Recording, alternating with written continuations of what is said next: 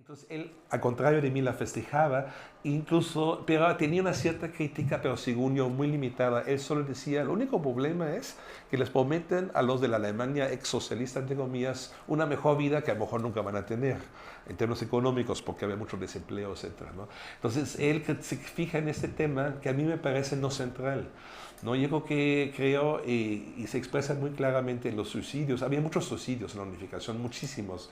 No sé si es una estadística bien hecha, pero han sido decenios de personas que no podían con la unificación. Es muy, muy interesante.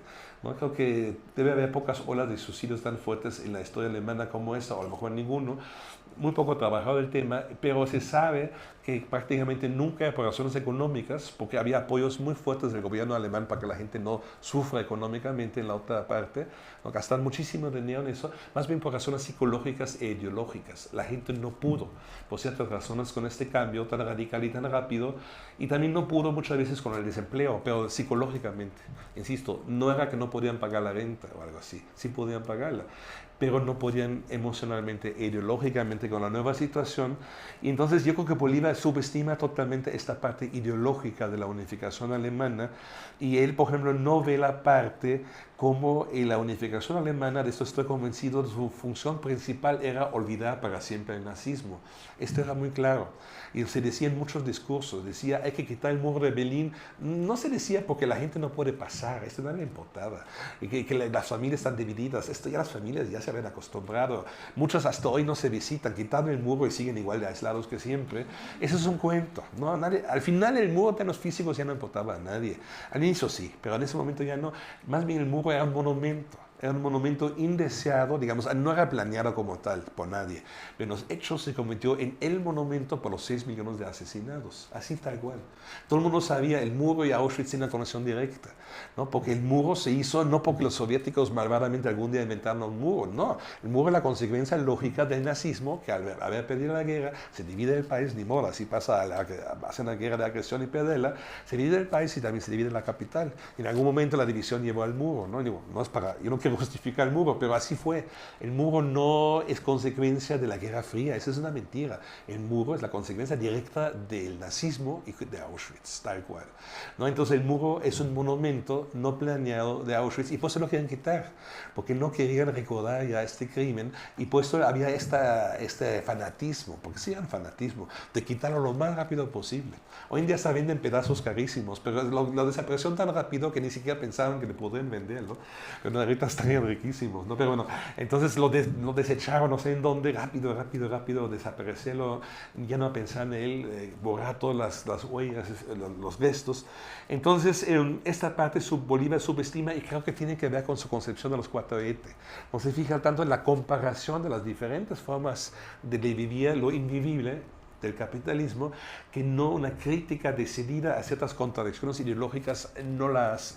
Y creo que eso sí es un problema muy grave. En este punto, en lo personal, estoy mucho más cercano a la teoría crítica que a Bolívar Echeverría. Y creo que eso es un problema teórico más amplio.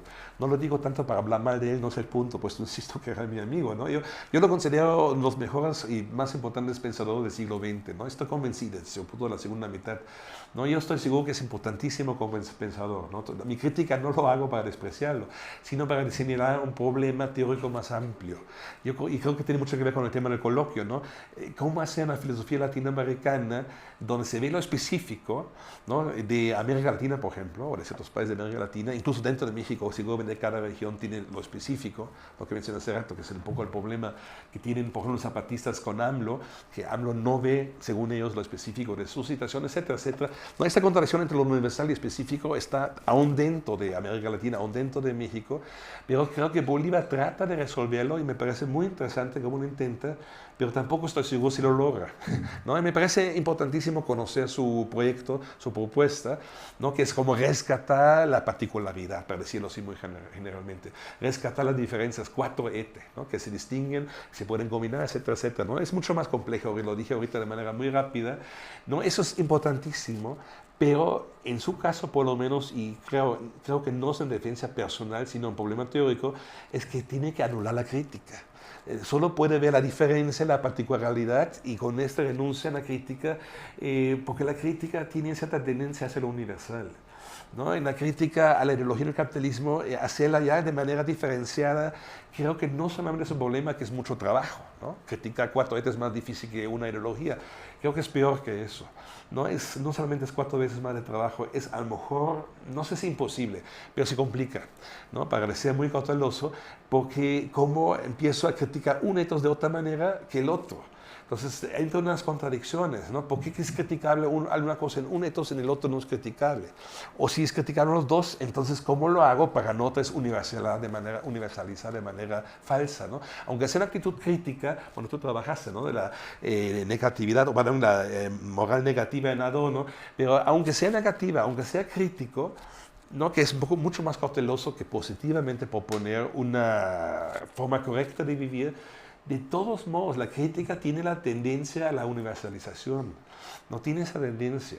No, insisto, aunque sea negativo, de todos modos, implícitamente algo tienes en cabeza cómo deberían de ser las cosas, aunque nunca lo digas. Aunque Adorno es muy cauteloso, por ejemplo, nunca dice, o casi nunca, explícitamente cómo será la sociedad no capitalista. Son hasta Marx también dice muy poco, pero Marx lo dice a veces todavía. Las teorías críticas son radicales en quedarse la boca, callarse la boca, pero obviamente algo tienen en cabeza, obvio. ¿No? Algo, no sé, una sociedad más emancipada, lo que sea. Ahorita tampoco voy a tratar de verbalizarlo, pero obviamente no es desde la nada. La crítica, aunque sea muy implícito, un punto de referencia siempre tiene. Eso lo saben todos ellos de la teoría crítica perfectamente. Entonces, el problema es este. ¿Cómo le hago no caer en la trampa de la universalización que Bolívar ve problemático si empiezo a criticar?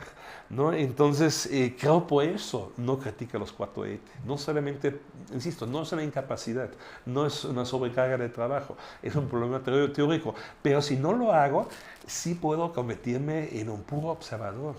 Un puro observador dice, qué interesante, México es así, interesante. Alemania es así, qué interesante. Dicen, qué interesante, ¿no? Digo, no es Bolívar, sí, obviamente está un poco exagerando, pero hay este peligro, ¿no? Que como ya tenemos un análisis que observa, hay 4 realidades, además son combinadas, allá entiendo mejor, claro, pero ahí me quedo, ¿no? Y creo que se expresa, puesto bien en el texto con el título 1989, crea su incapacidad que observa ahí de criticar cierta ideología, no pro-nazi, pero en favor del olvido del crimen o de los crímenes del nazismo.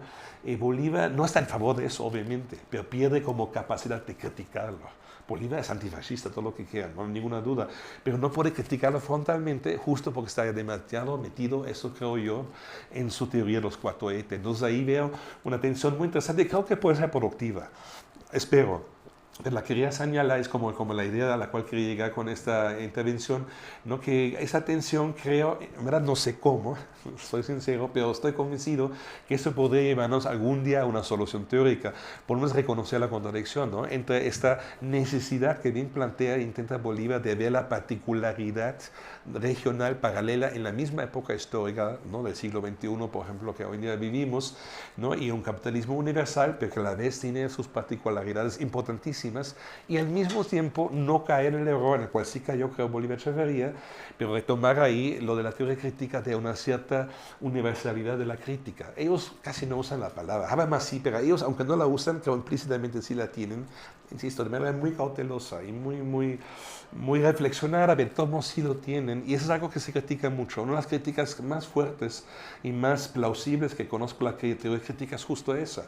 Aunque ellos saben que lo universal es problemático, es el gran tema de la dialéctica y la ilustración, por ejemplo, de otros textos de ellos, que lo universalizante lleva consigo lo homogenizante y con esto automáticamente la exclusión o por lo menos marginalización de grupos percibidos como minoritarios. Todo eso lo escriben con una perfección impresionante, pero de todos modos, a pesar que critican todo eso, y creo que muy implícitamente sí hay algo universalizante, algo que Habermas siempre insisto, yo no soy habermasiano y me molesta mucho la manera burlona como lo hace. Yo tomé varias clases con él y me dice, Horkheimer, Adorno se burla, se critican todo eso y critican el lenguaje, critican la gramática, critican todos esos intentos de comunicación universal y ¿qué hacen? Da clases y escribía libros, hablando, escribiendo y todo el salón se moría de la risa, ¿no?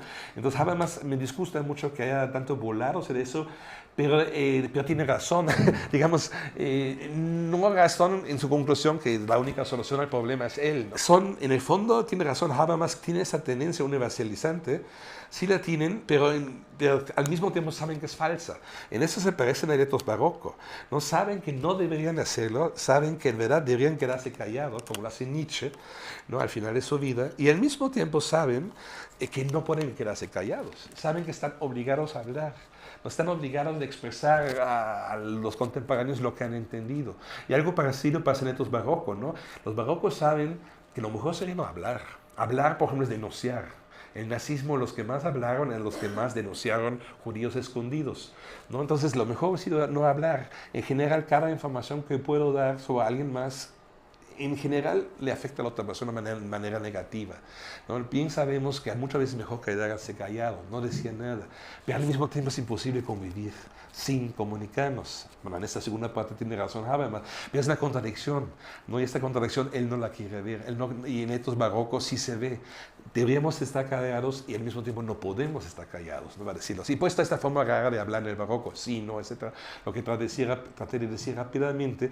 Entonces, yo creo que en esto se parece, Bolívar ahorita si me escucharía estaría muy enojado, pero creo que se parece demasiado a Habermas, Bolívar en este punto, ¿no? Con cierta, a pesar que analiza todo muy críticamente y con mucha capacidad, a la hora de la hora sí se queda un poco en esta ingenuidad. Bueno, al final de cuentas observamos y hablamos, ¿no? Y esta parte más negativa de una crítica implícitamente universal no la puede o no la quiere a lo mejor realizar, ¿no? Porque insisto, porque ven ello una cierta tendencia al egocentrismo, tal vez. Él no usa esta palabra, es algo que yo te hago, o tal vez no al egocentrismo, pero alguna universalización, digamos, abstracta y falsa, ¿no? Algo parecido a lo que hace el valor.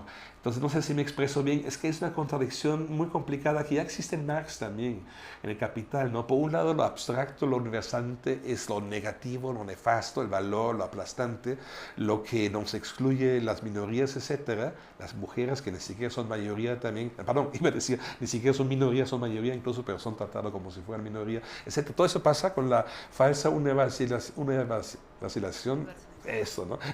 Lo falso universal, y al mismo tiempo es necesario. Ese es el punto, ¿no?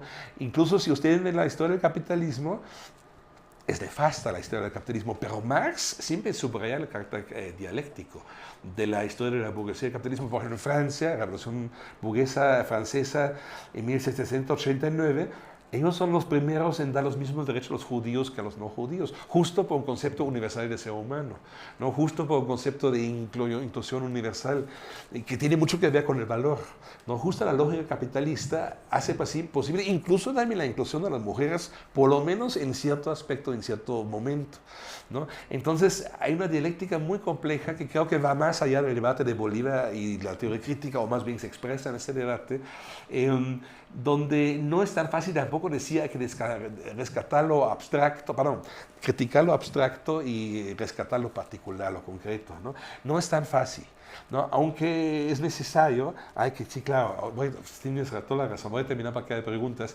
Entonces, pero lo único que quería todavía subrayar una vez más, ya termino, no es tan fácil, ¿no? Es cierto que hoy en día la tendencia a aplastar lo particular y sobrevalorar lo universal es totalmente cierto, pero tampoco es correcta la solución, digamos, posmoderna, para usar este término, decir lo particular lo resuelve todo, ¿no? Bolívar mismo, y con ese, ahora sí termino, tiene un texto muy bello que se llama Postmodernismo y Cinismo, donde él critica el postmodernismo como una actitud cínica. Él mismo sabe del problema que estoy mencionando, no es que no sepa.